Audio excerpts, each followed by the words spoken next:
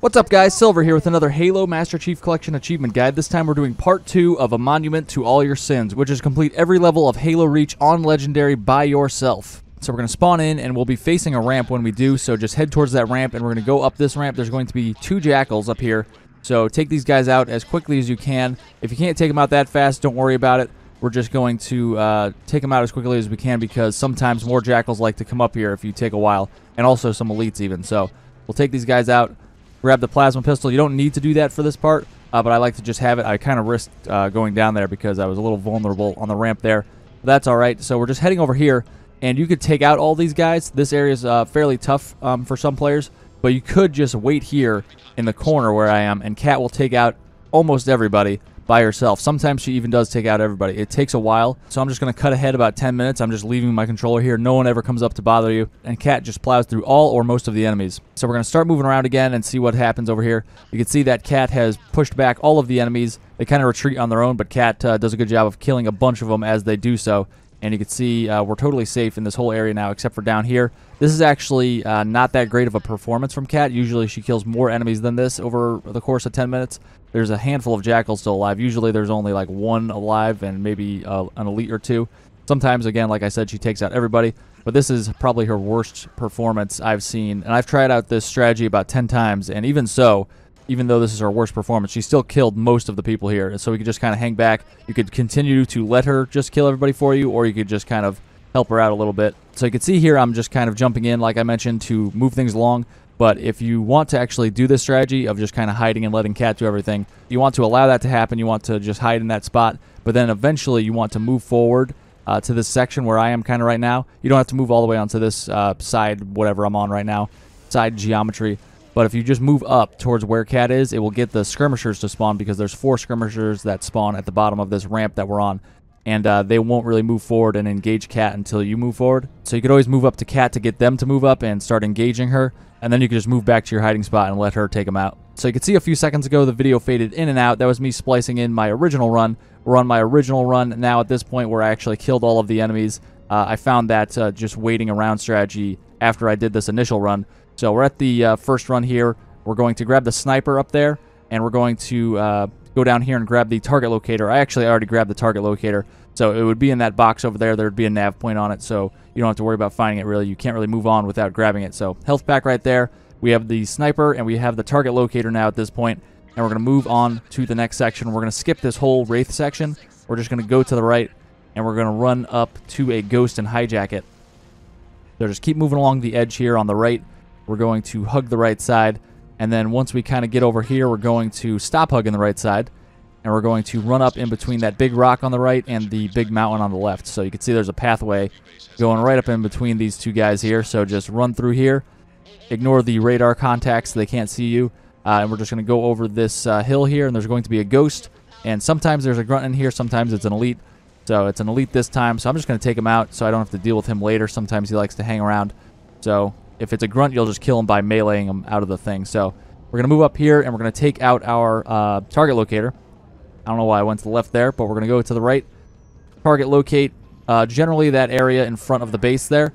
In a speed run, we would drive straight up to the front of this building, but since we're not really concerned about speed, we're more concerned about safety, we're going to drive up to the back of the building here. And we're going to bail right here and go over to this corner of the building, jump up and try to touch the highest part of the wall you can there, and you'll actually be able to activate the switch up there through the wall, and then you'll be able to just move on to the next section. So we don't have to worry about killing any of the enemies here. We just kind of target located that one general section in the front of the building to clear out most of the initial wave of enemies that are kind of spawned there initially, and we won't have to worry about the reinforcements or anything. Now we're going to speed over here, and we're going to use our sniper to shoot the body of the ghosts. There's 2 ghosts down here, and you could take both of them out with all of the rounds of the sniper rifle here. So you can see that's what we're kind of doing here. So 1 down, 1 to go. Move over to the left so you could see more to the right, and you could see this guy over here. You could see I could have taken a shot to shoot and kill him, the driver itself, and I did that there. But one reason you don't want to do that is because there are more people down there, and you could see that elite actually got in, and now, you know, it's not really an improvement. There's still a ghost down there. So you want to make sure you actually destroy the ghost itself instead of taking out the driver, because the driver could be replaced, but the ghost cannot. So we're going to speed down here. We took out both ghosts. This is a much safer area now. We don't have to worry about cutting through and avoiding the fire from the ghosts. And we're going to drive over here, and we're going to park it so we're kind of facing that direction, bail out, activate this switch through the wall right there on the left side of the door, get back into the ghost, and speed on over to the next building.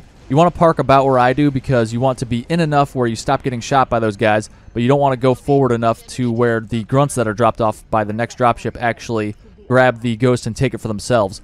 So we're going to go into this building as fast as we can. We're going to grab these rockets on the second level here, and then we're going to go up to the top level and activate the switch up here. Activate that, and then we could drop back down over here and grab the ghost. You could see that the grunts were dropped off over there, so if you're too close, they could actually grab the ghost themselves and take it from you, which would not be good because we want it so we could speed on to the next section. At this point, you have rockets and a target locator. You want to exchange your empty or nearly empty sniper for those rockets. So we have the target locator and rockets. We're going to go in this direction, back the way we came, and this is because there is going to be another set of rockets, actually, that you could get from the other direction, but it's just easier to grab from this way. So we're just cutting back. There should be little to no enemies over here, and we'll be able to take a nice leisurely stroll, a little breather here from all the action. And we're just heading back to Sword Base, and we're going to head into Sword Base. There might be some ghosts or something in this area because ghosts are dropped off, so just be wary of that. Don't, you know, go diving down to the left. If you just stay to the right in that section, you should be fine. So we're just coming up over here. This is where we hijacked the ghost initially, and we'll come over the hill here. And you can see there's kind of a rocky area up ahead here past this little bridge. So go up here. There's actually another set of rockets up here. So we could get full rockets for our little encounter with the hunters that is soon to come up here. So get back into the ghost, and we'll speed up to the left. This is where we came from. This is the beginning of the level, or towards the beginning of the level. Activate this switch over here, and then you want to turn around and keep an eye on these Wraith and Revenant mortars that are coming in. These are the Wraiths that are actually the ones we skipped earlier.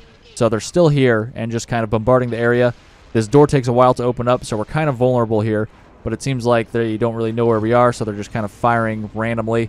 And they're easy enough to dodge. Just keep an eye on it so you could dodge accordingly.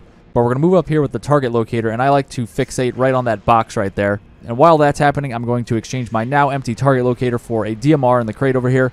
So I'm going to move up, and I want to be aware of any enemies that may have survived. Sometimes it kills all of them. Sometimes there may be a stray enemy. There's going to be an elite up here that we're going to have to take out. So I'm going to exchange my rockets real quick for a plasma pistol so I can take down his shield real quick with an overcharge burst, and then I'm going to shoot him in the head with the DMR for the headshot to take him out pretty quickly and efficiently.